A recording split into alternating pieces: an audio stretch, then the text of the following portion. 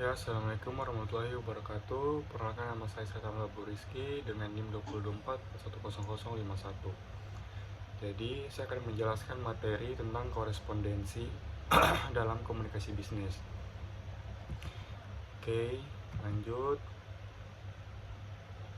Nah, ini pengertian korespondensi. Korespondensi bisnis adalah kegiatan bertukar informasi secara tertulis antara individu, perusahaan, atau organisasi untuk kepentingan bisnis yang memiliki tujuan tertentu dan dapat dijadikan bukti. Nah, ini tujuan utamanya nih. Tujuan utamanya itu menyampaikan informasi, meminta atau memberikan tanggapan, menjalin hubungan profesional, dan mendokumentasikan transaksi atau keputusan. Ini contoh-contohnya nih, ada surat penawaran, email bisnis, surat pesanan, surat komplain, dan memo internal. Lanjut slide berikutnya. Ini fungsi korespondensi. Yang pertama itu fungsi informatif, memberikan informasi penting kepada pihak lain. Contohnya itu pengumuman perubahan harga, jadwal meeting, atau kebijakan baru. Nah, yang kedua itu fungsi persuasif, mempengaruhi pihak lain agar setuju atau melakukan tindakan tertentu. Contohnya surat penawaran produk. Yang ketiga itu fungsi dokumentatif, seperti tadi itu sebagai arsip atau bukti tertulis. Dan yang terakhir itu fungsi representatif, mewakili citra perusahaan, bahasa dan format surat, mencerminkan profesionalisme perusahaan. Lanjut. Nah, ini ciri-ciri korespondensi. Yang pertama itu clear. Jadi kita itu harus menjelaskan itu secara jelas, mudah dipahami gitu. Yang kedua itu singkat, biar enggak bertele-tele. Yang ketiga lengkap, informasinya cukup gitu. Yang keempat itu benar. Nah, ini yang harus ditekan, karena kita harus memberikan fakta, jangan yang hoax atau dan segala macamnya. Yang kelima itu harus spesifik, tidak ambigu. Yang keenam itu sopan, menggunakan bahasa yang santun. Nah, yang ketujuh ini mempertimbangkan pembaca, memahami kebutuhan penerima. Jadi kita tuh menulis, kita harus berpikir gitu, apa yang kita mau sampaikan ke si pembaca gitu, apa yang kita mau dari si pembaca ini untuk menerima informasinya tuh.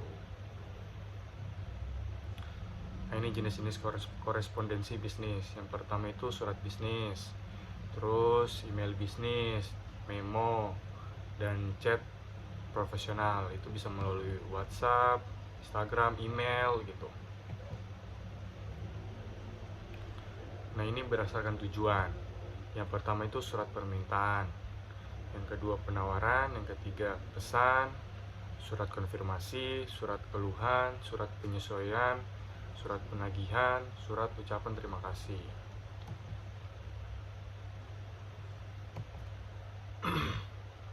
Nah, ini bahasa dalam korespondensi. Jadi di korespondensi itu harus menjunjung tinggi bahasa gitu. Bahasanya harus formal.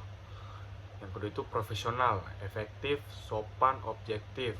Contoh yang benar nih, kami bermaksud meminta informasi terkait daftar harga produk terbaru. Nah, ini yang harus dihindari. Ada juga yang harus dihindari. Yang pertama itu bahasa gaul, jangan yang menulis dalam bahasa gaul. Yang kedua singkat dan tidak resmi, emosi berlebihan, kalimat ambigu, jangan ambigu. Contoh yang salah itu, saya mau tanya harga dong. Nah, tanya harga kan ambigu nih, harga yang mana, produk yang mana gitu. Berikutnya, etika dalam korespondensi bisnis.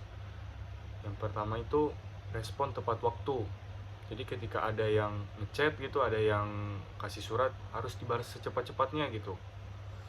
Yang kedua itu profesional, gunakan salam dan penutup, jangan lupa.